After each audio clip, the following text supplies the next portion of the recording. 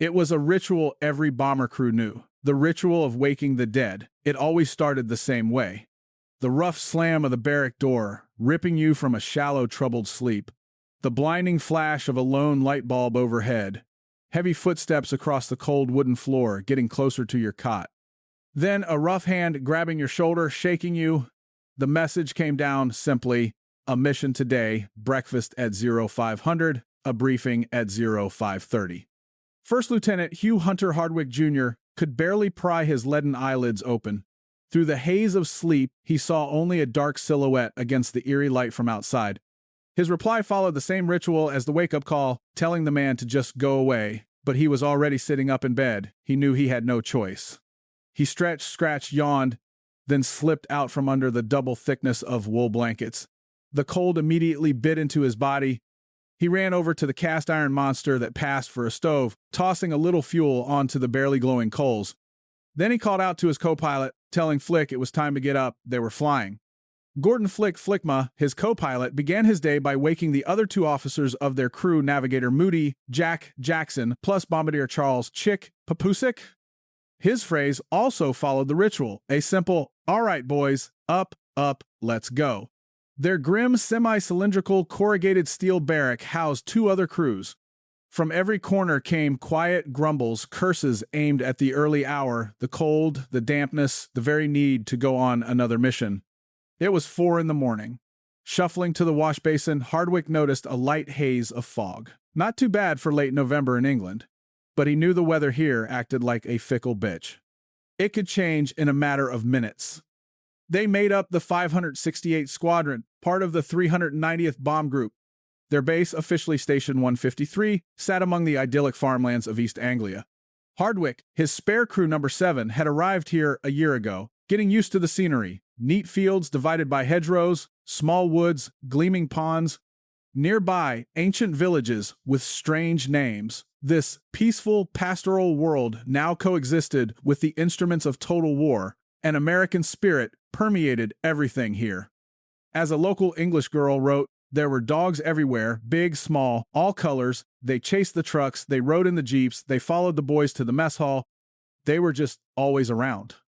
Getting dressed, Hardwick barely spoke. Long underwear, a wool shirt, wool trousers, 2 pairs of wool socks. His @2 leather jacket felt like a second skin.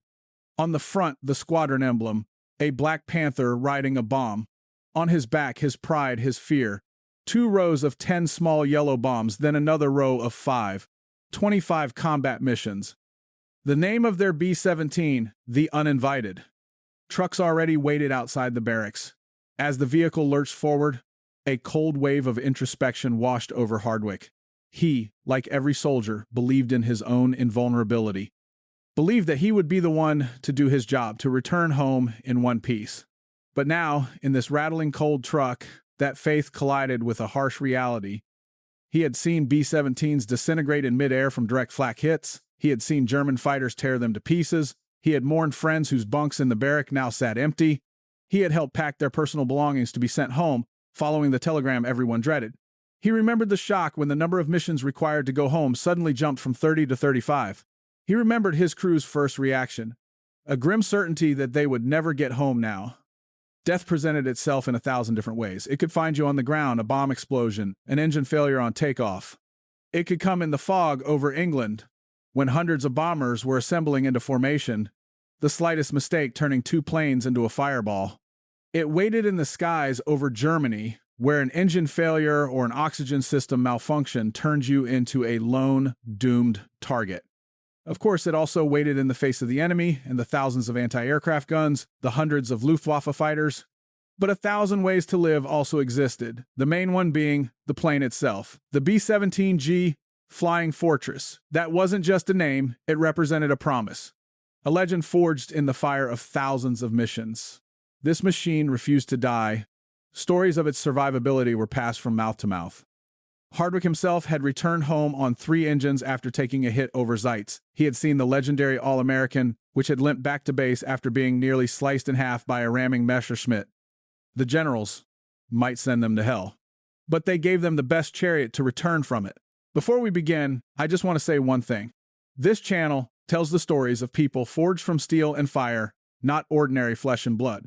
Those who fought for our future deserve to be remembered. If you believe that too, please subscribe. Every video here honors their memory. I voice each story myself because they deserve a human voice, not a cold AI one. Tell me in the comments where you're watching from, and if your family went through that terrible war, share a few words about them. Let's remember them together. All right, let's get to the story. Inside that chariot sat his men. 9 men from 9 different lives, now a single, perfectly coordinated organism of war. Flakma, Jackson, Papusek, Weaver, Hammond, Grog, Downham, Avery, boys from Texas, Maryland, Indiana, California. Their average age, 23. Pappy Grog, their tail gunner. Everyone considered an old man. He had turned 29. They had trained, flown together for almost a year. For a combat flyer, no greater sin existed than letting down a comrade. Today, November 30th, 1944, marked their 26th combat sortie. That date made Hardwick's heart clench. Today was his 2nd wedding anniversary. 2 months ago, he had turned 23. He suddenly realized with horrifying clarity that he might not live to see a 3rd anniversary or his 24th birthday. He thought of Gladys, his beloved, whom he had married in 1942 just before the Army called him up. They had discussed it, they had accepted the risk. But now, in this cold truck carrying him toward his potential death, that risk felt almost like a certainty. "Come on, Hugh, chow time," Flick nudged him. The combat mess hall was already a buzzing hive. Hundreds of men, all doomed to the same flight, tried to cram in their last calories before their bodies were subjected to the trials of cold, of fear. The food was simple, but filling. Hardwick grabbed a serving of powdered scrambled eggs, a few strips of crispy bacon, a piece of toast. Hot black coffee scalded his hands. At the table, the conversation revolved around one thing. Where to today? Heard the results on Ham were okay. Had to drop through clouds. Damn this weather. Wonder where the hell they're sending us today. What do you think the opposition will be? They got us up early. Must be a long one. Hardwick glanced at his watch. 5:20. 10 minutes until the briefing. 10 minutes until all these questions received their likely terrible answer. He walked over to the entrance of the huge briefing barracks. Above the door was a sign meant to inspire. The deeds of the men who passed through these doors will be remembered long after these walls have crumbled to dust. Hardwick read it every time with the same grim thought. The main thing is that my dust doesn't beat the dust of these walls. Inside, a thick curtain of smoke already hung in the air. Nervous anticipation always sparked a nicotine craving. Some were already seated, others stood, talking in low voices, occasionally breaking into nervous laughter. Hardwick pulled his favorite pipe from his @2 jacket. It was his ritual, his way of showing himself, showing others that he was calm. It might have just been a mask, but that mask helped keep the fear in check. He lit it, then turned to Flick. "Where do you think, Flick?" Flick, always calm, collected, just shrugged his shoulders. "You know, Hugh, they've been hitting oil hard lately. Maybe Magdeburg or Merseburg."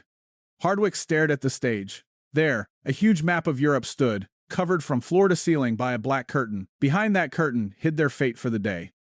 At exactly 5:30, the command rang out. 10 hut. Everyone rose. The group commander, Colonel Joseph Moeller, plus his staff officers walked onto the stage. "Good morning, gentlemen." At ease. A few coughs, a rustle of clothing. Then 75 men froze in anticipation. With one sharp movement, Moeller tore the curtain away. In that same instant, a single involuntary groan full of despair rolled through the room. It was the sound of men who had just been handed a death sentence.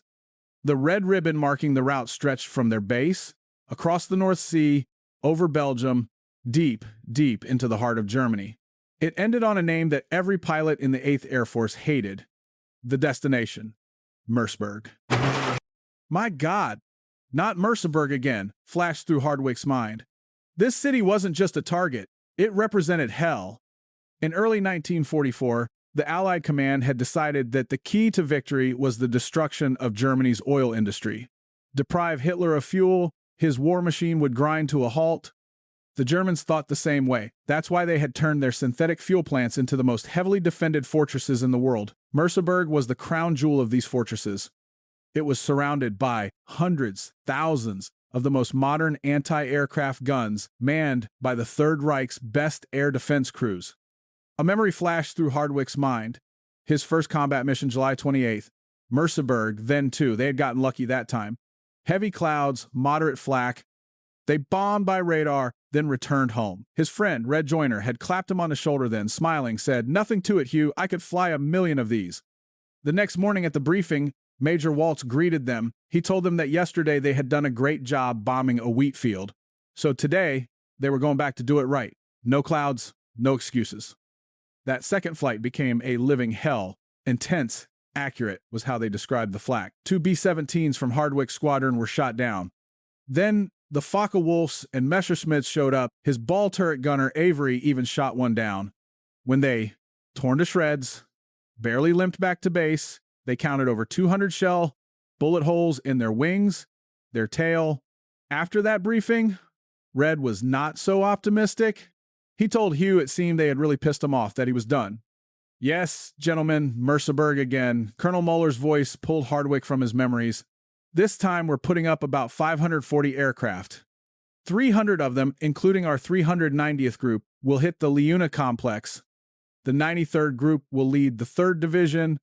Colonel Dolan will be our group wing command pilot." A wave of relief washed over the room. Hardwick felt it too. Colonel Louis Lucky Dolan. Lucky Dolan.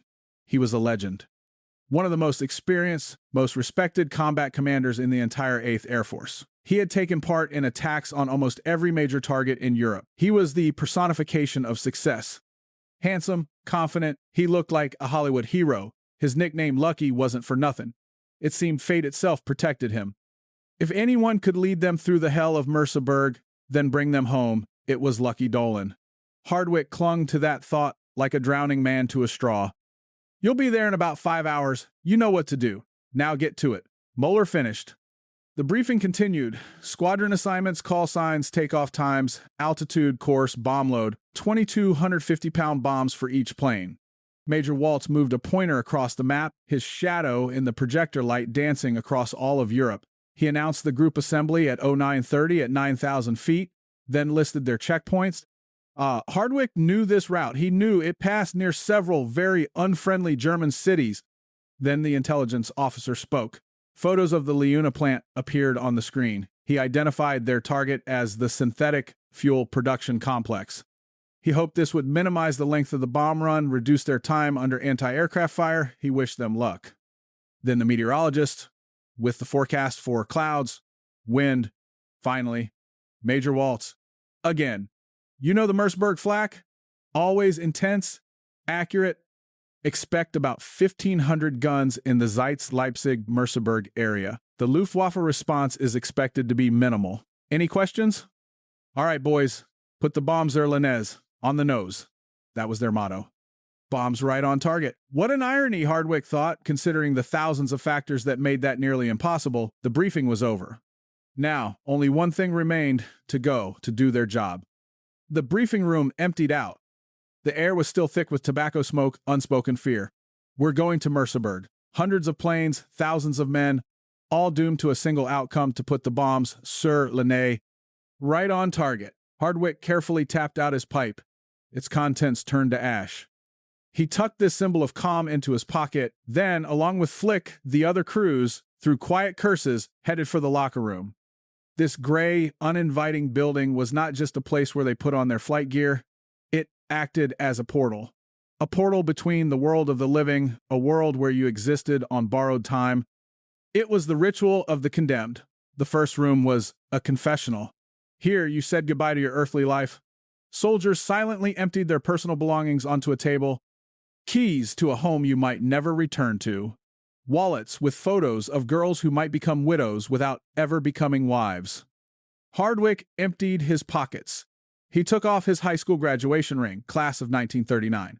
Then, with a heavy heart, he removed the wedding band engraved "Go to HHH Jr." 1942. All these sacred trinkets, Captain George Nelson meticulously recorded, placed into small canvas bags. These bags became the last thread connecting them to the world they were leaving. Hardwick kept only one thing for himself: a silver dollar, a gift from his father. The enemy could get no information from it. For him, it was a good luck charm. His personal deal with fate. "Thank you, Lieutenant, good luck," Nelson said. The next room was the armory. Here, they put on their armor, not of steel, but of wool, fur, wire. To survive 5 miles above the earth, where the temperature dropped to 50 or 60 degrees below zero, you had to become a clumsy, multi-layered creature. Bulky jackets, trousers, lined with alpaca wool, were threaded with a network of wires for electric heating, duck canvas boots, lined gloves, leather helmets with headphones. It was all heavy, uncomfortable, but it was your cocoon, separating your warm living body from the icy death just beyond the thin aluminum skin. Then came the armor against another kind of death, a man-made one. A heavy flak vest of steel plates that restricted movement, a steel helmet, an oxygen mask, that vital irritant that dug into your face, leaving marks for hours, a bright yellow Mae West life preserver. Finally, the last argument, a heavy Colt .45 pistol in a leather holster. They were ready. The truck drove them again, this time to the hard stands that surrounded the runways. It was 7 in the morning. Gray light barely broke through the fog. From this fog, the silhouette of their beast began to emerge, a silver B-17G, their uninvited guest. The ground crew chief, Master Sergeant Blumberg, already waited for them by the plane. His men, had been awake for the last 96 hours, checking, rechecking every bolt, every wire in this complex organism. Hardwick remembered the oil pressure problems in the third engine during the last flight. Blumberg reported that number 3 was fine, that they had checked, fixed everything. Hardwick asked about the left wing's ailerons. Blumberg just smiled, telling him it was all adjusted, that they had patched those 100-plus holes too. Good work, Sergeant. Hardwick smiled back. In the morning light, the plane came alive. Tail number 107176, a huge white letter J in a black square, the mark of the 390th Group. The squadron code BI on the fuselage. 2 names on the nose. Uninvited, also missionaries. The 2 previous crews had named her. Hardwick, not wanting to tempt fate, had kept both. This machine was reliable. It had seen them through 14 of their 25 combat missions. Despite all the damage, thanks to its incredible toughness, their skill, it had always brought them home. All right, Flick, Sergeant, let's have a look, Hardwick said. The final ritual began, the walk-around inspection. This was not just a technical check. It became a communion with the metal beast on which their lives depended. Ailerons, flaps, de-icers in order, no fuel leaks, propellers normal, engines, landing gear, hydraulics, all clean. Antennas connected, tail guns in place. She's in perfect shape, Hugh, Flick said. Time to get aboard. Most of the crew climbed in through the rear door. But for the pilots, the navigator, the bombardier, the way inside was an acrobatic stunt called Cupid's Leap. You had to grab the top edge of the hatch, pull yourself up, then swing your legs inside while twisting your body. With a final heave, you would fall with a thud into the fuselage. Hardwick, with Flick, climbed in first. They made their way to their seats in the cockpit, aluminum chairs with cushions that read, "Do not remove from aircraft." They placed their parachutes, then squeezed in behind the yokes. Hugh on the left. The cockpit of a B-17 was a labyrinth of gauges, switches, dials with knobs. They were everywhere, in front, above, on the sides. There wasn't much room. But thanks to the genius of the engineers, it was surrounded by windows. This provided not only an excellent view, but also a sense of light, which was psychologically important in this cramped metal world. As Hardwick settled into his seat, he paused for a moment. Behind this yoke, he was at home. It might sound strange, but the cockpit was his office, the place where he functioned best. With 500 hours of flight time in a B-17, he didn't just know these instruments, he felt them. He could find any switch, any lever, with his eyes closed. He knew his skills would be tested again today, tested by Merseburg. Damn Merseburg. But today, Lucky Dolan was leading them. The tail number of their plane had 2 sevens. They had been assigned as spare crew number 7. To top it off, he felt his silver dollar in his pocket. The machine belonged to the Army, but today it belonged to him, to his crew. They would come home, he had to come home. Today was his 2nd wedding anniversary. An order came from the control tower.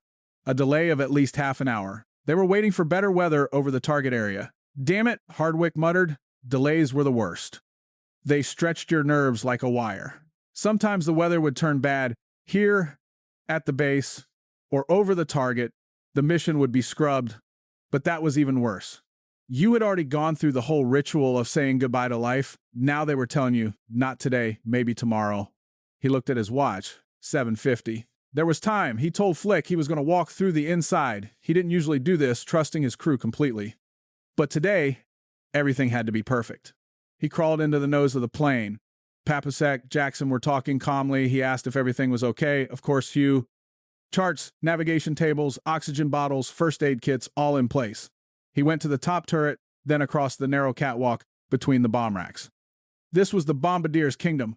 Papusek was a methodical perfectionist. Bombs securely fastened, bomb bay doors closed. No smell of fuel. He went to the radio room, to the waist gunners, to the tail. Everything was in perfect order. He returned to the cockpit, satisfied. He told Flick everything was good, he just had to make sure. 8:05. Time for the pre-flight check. This ritual between the pilot, co-pilot, though repeated hundreds of times, was always serious. Flick began to read from a long list, item by item. Hardwick would respond or perform the action. The litany went on. Form 1. A. Checked. Fuel valves off. Gyros uncaged. Landing gear neutral. Flaps locked. Autopilot off. They checked the elevators, ailerons, rudder, adjusted their seats. 8:31. A green light from the tower. Time to start engines. All posts report in, Hardwick said over the intercom. One by one the reports came. Tail to pilot, okay? Waist to pilot, okay? Radio to pilot, okay? Everyone was in position. The startup sequence, left to right, from 1 to 4. Hardwick held up one finger. Ready to start number 1, Flick replied. He engaged the starter. After 12 seconds, Hardwick yelled, "Contact number 1."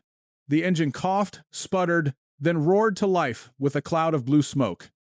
Hardwick adjusted the mixture, saw the oil pressure needle climb. The process was repeated 3 more times. The 4 engines ran smoothly, their drone merging into a single powerful vibration that ran through the entire plane. A green light from the tower. Time to taxi. Hardwick slowly guided the Uninvited onto the taxiway. He joined a ghostly procession of other B-17s emerging from the fog, lining up. A squadron had already taken off. B was on its approach. It was their turn. Hardwick brought the plane onto the runway, stopped watching as the preceding B-17 disappeared into the fog. 45 seconds. It was a long enough interval to avoid the turbulent wake. He pushed all 4 engines to full takeoff power. The plane trembled, like a beast straining at its leash. Brakes off! 65,000 pounds of metal, fuel, bombs, human lives began their takeoff roll. This was the most critical moment. One mistake, one failure, the Uninvited would become their common grave. Flick began to call out the speed. 60, 70, the tail came up. 80, 90, 100, 110. The end of the runway was approaching with terrifying speed. 115, 120. Hardwick felt the yoke come alive. He felt the air under the wings. The plane lifted off the ground. They were airborne. Gear up, flaps up. They sliced through the thick fog, began their climb. It was a blind flight. The only guide was the blue formation lights on the wings of the other planes. A mid-air collision was a constant, real threat. At 7,000 feet, they broke through the clouds. They suddenly found themselves in the blinding light of the sunrise. It was a sight of incredible, divine beauty. Below, a solid white carpet of clouds. Above, an endless blue. Around them, the silvery silhouettes of dozens of other fortresses, emerging from the clouds. The long process of assembling into combat formation began. It was a complex choreographed dance where each plane had to find its place. An hour later, the giant armada of the 13th Combat Wing was ready. They were heading for Merseburg. The navigator's voice came over the intercom, telling the pilot they were crossing the English coast 3 minutes ahead of schedule. The time, 9:42. A few minutes later, at 10,000 feet, Hardwick gave the order for oxygen. Each crew member donned his rubber mask. For the next 6 hours, their lives would depend on these thin hoses. Their defense was a 3-layered sword. The first layer, the skill of their own gunners. Hardwick ordered a weapons check. The plane shuddered from short bursts, the cabin filled with the smell of cordite. Hardwick had a fleeting thought, hoping old 176 could take the stress one more time without falling apart. The second layer, the tight combat box formation, which allowed for a crossfire from dozens of machine guns. The third layer, their little friends, the P-51 Mustang fighters that were supposed to meet them near the front line. Against the Flak, as always, there was only one weapon: prayer. The navigator reported they had just crossed the enemy coast, 4 minutes ahead of schedule, at 15,000 feet in oxygen. Equipment check. Everyone reported okay. The temperature outside was dropping rapidly. Soon it would reach 50-60 degrees below zero. Any failure in the electric heating system meant frostbite. The navigator's voice again, asking the pilot why they were maneuvering so much, climbing too slowly. Hardwick replied that he thought the 93rd Group was late in their climb. They were waiting for them. These slow turns not only put them behind schedule, but also burned extra fuel. They crossed the front line. The tension mounted. The bombardier's voice crackled, telling the pilot he was preparing to arm the bombs. "Chick, go ahead." Papusik, with a portable oxygen bottle, crawled into the bomb bay. He carefully pulled the safety pins from the nose fuzzes of each of the 2,250-pound bombs. He would add these pieces of wire to the collection he had been gathering from 25 previous missions. At 25,000 feet, their engines began to leave bright white contrails behind them. Beautiful, also deadly dangerous. They were a perfect marker for the enemy. But for now, the sky was quiet. Not a single fighter. Maybe intelligence was right. The Luftwaffe had really run out of steam. Hardwick remembered his second flight to Merseburg. The tail gunner had screamed over the intercom that they were coming through the contrails. Jesus, 10 or 15 of them. Then the Focke-Wulfs, the Messerschmitts, had pounced on him. 2 fortresses from his squadron had been shot down by Flak. The navigator's voice, tense now, reported they were 20 miles south of their course. If this kept up, they would miss the initial point for the bomb run. Hardwick could do nothing, he told Jack. They had to follow the 93rd. They were maneuvering too much. The voice of the navigator, Jack Jackson, came over the intercom, filled with anxiety. He stated they were 20 miles south, of course. If this continued, they would miss the initial point for the bomb run. Hardwick replied that there was nothing he could do, that they had to follow the 93rd Group. They were maneuvering too much. He looked at the planes of the lead group, feeling a powerless rage boil inside him. They were supposed to move like a surgical scalpel along a precisely calculated route. Instead, they were wandering through the sky like a drunk looking for his way home. This mistake was leading them straight into the jaws of the beast. They were supposed to cross the target at its narrowest point to minimize their time under fire. But now, because of this senseless deviation, their path led them directly over Zeitz, then a long extended approach to Merseburg. They weren't just approaching one fortress, they were about to fly over the 2 most formidable flak concentrations in all of Germany. To make matters worse, a strong headwind was slowing them down, turning their flying fortresses into slow, perfect targets. This wasn't just poor planning, it was an invitation to a slaughter. The Germans accepted the invitation. Bombardier to pilot, Flak ahead. The first flashes on the ground, barely visible from 26,000 feet. A few seconds later, the air around them began to tear apart. The fortress crews were experts on death. They could distinguish it by sound, a sharp, dry crack, crack, crack with black, sooty puffs of smoke. Those were the 88mm guns. A deep, heavy boom, boom, boom with gray, dirty clouds. Those were the 105s, the 155s, firing heavier shells. Right now, they were hearing all of it at once. Crack, crack, black puffs blossomed off the left wing. More than more. Inaccurate for now. But this was just the ranging fire. Then a flash, a crack, an explosion all at once, much closer. The plane shuddered from the shockwave. Hardwick heard the sound he hated most, the metallic patter of shrapnel against the fuselage. It sounded like hail, but this hail was made of red-hot steel. He knew that every fragment, from the size of a pen cap to the size of a ball, could sever a vital cable, puncture a fuel tank, or tear a man to pieces. Pilot to crew, check for damage. One by one, the reports came in. Everyone was okay. For now. Hardwick, with Flick, checked the instruments again. Airspeed 150, manifold pressure 29 inches, mixture lean, props synchronized, 2,000 RPM, everything normal. But all around them, hell was unfolding. Under fire, every pilot's instinct screamed one thing: maneuver, evade. But he was the element lead. He had to hold formation. Steady, smooth, so his wingmen could stick with him, so the poor bastard flying behind in Purple Heart Corner wouldn't fall behind. He looked at the planes beside him, saw them getting dangerously close. As they were tossed by the blast waves, they corrected in time. His element was holding. Over Zeitz, the barrage became a solid wall of fire. Crack, crack, crack, boom, boom, boom, black clouds, gray clouds, flashes, explosions. This wasn't just shooting, it was a barrage. The Germans had created a three-dimensional box of steel, of fire in the sky. They were flying right through it. Hardwick gripped the yoke, his hands automatically making small corrections. Flick scanned the sky for fighters, though it was impossible to see anything through the smoke. The navigator's voice came through, telling the pilot this was going to be a damn long run, maybe 7 or 8 minutes longer. They were surrounded. Dense black walls of explosions stood to the left, the right, above, below. In this chaos, Hardwick had no time for fear, but one thought broke through the adrenaline. A silent prayer, asking God to please get them through this. He desperately wanted to celebrate his 3rd wedding anniversary, his 24th birthday. The Uninvited shuddered from impacts. More, but it was holding together.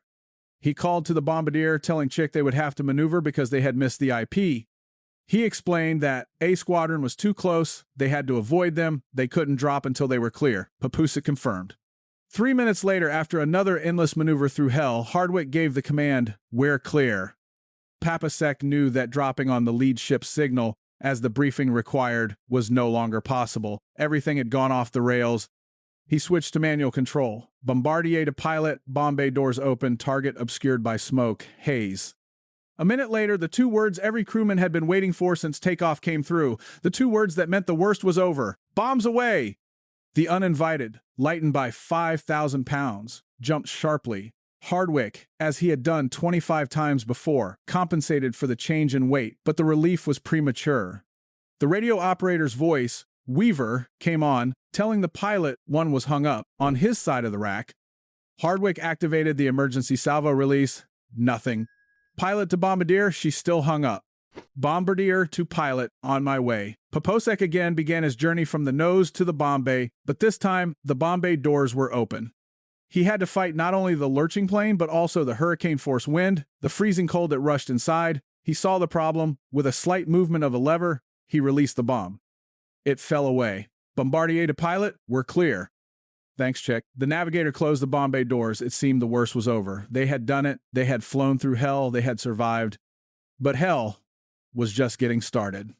Bombs away. Those 2 words were supposed to mark the end of the horror. They were meant to signify that the worst part had passed. But over Merseburg, there were no rules, no logic. There was only hell. It had just unleashed its full fury. At the very moment the planes, lightened, began to turn to escape that cursed sky, the Germans seemed to double their rage. It felt like a gigantic invisible fist had slammed into A Squadron flying ahead. It was a single, massive, perfectly timed salvo. It hit everyone. Hardwick, looking forward, could not believe his eyes. It happened in slow motion, like a nightmarish dream. The lead aircraft, the machine of his friend Dana Gary, the one carrying their talisman, their hope, Colonel Lucky Dolan, suddenly began to act strangely. It didn't explode. It didn't catch fire. It just began to climb slowly, then rolled onto its back, like a weary whale, settling directly onto its wingman. When they touched, time stopped. Then came a silent flash that blinded him for a moment. 2 B-17s, 20 men, just ceased to exist. They turned into a giant fireball. From this inferno, only a single engine emerged, its propeller still spinning from momentum, plus a few small, unrecognizable fragments. Hardwick watched them fall, just one thought. One silent scream, pounding in his head. My God, the bastards got Dolan. They killed Dolan. It was impossible. Unbelievable. Not Lucky Dolan, not the man who was supposed to lead them through hell, then bring them home. If they could kill him, the invulnerable one, what awaited them? Almost simultaneously, as if on command, another plane from A Squadron disintegrated from a direct hit. Then another. Then another.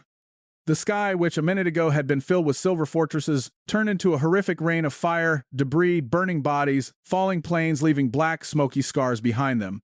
The intercom in Hardwick's plane exploded with screams of horror, of disbelief. Poor bastards, how many, who, it all happened so fast. See any chutes? No.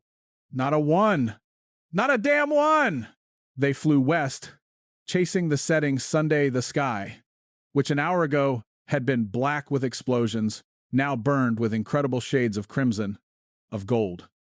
In this light, the silver silhouettes of the fortresses returning home seemed a harmonious, almost peaceful sight. All of them, scattered across the sky, now gravitated toward a single place on the planet. Toward England. Toward safety. He had beaten Merseburg. He, his crew, his Uninvited, they didn't just survive, they had won. This was their 26th mission. Now he knew. He felt certain they would get through the next 9 without a problem. But the cost, Lucky, Dolan, Dana Gary, their crews, the ones who disappeared so quickly. In combat, an invisible line separates those who will live from those who will die. Hardwick now knew, thanks to some higher power, that he would not cross that line. Despite the loss of the second engine, the rest of the instruments showed normal readings. A damage check revealed nothing critical. They tucked in behind the 490th group, began a long, gradual descent. Their path home still led them past several more checkpoints, across the front line, over the cold North Sea. The sunset was incredibly bright for late November. Everywhere Hardwick looked, he saw only one thing: silver shapes moving in sync toward a single goal. Tired, battered, but unbroken. In his almost daily letters to Gladys, Hardwick had assured her with unshakable faith that, no matter what, he would return. Surviving Merseburg had become proof that he was right. Tonight, he would write to her. He would write his code. "We had an especially tough day at the office today. It would be an inadequate tribute to his friends left behind in the sky over Germany. But the censor wouldn't pass anything more." With these thoughts, fatigue gave way to a new inner strength. He adjusted his goggles, his oxygen mask. It was time to get back to work. For 3 long hours, they flew on 3 engines. 3 hours during which every crew member stared into the darkness, expecting new danger. But the sky was empty. Finally, the navigator reported they were approaching Beacon 28. It was their landmark. They were almost home. They followed the 490th group, descending gradually, then finally saw the runway lights of Framlingham. They had returned. But even now, with the ground so close, the danger had not passed. Landing a heavy damaged bomber on 3 engines was a difficult maneuver. Hardwick, with Flick, worked as a single unit. They lined up the plane, lowered the gear, the flaps. The Uninvited came in obediently for a landing.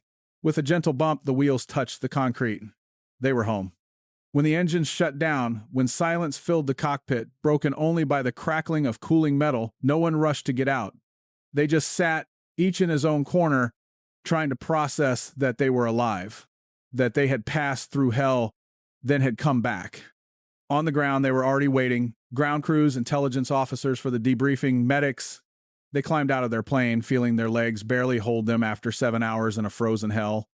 The debriefing was short. The questions were standard. Fighter opposition? Almost none. Flak? Intense.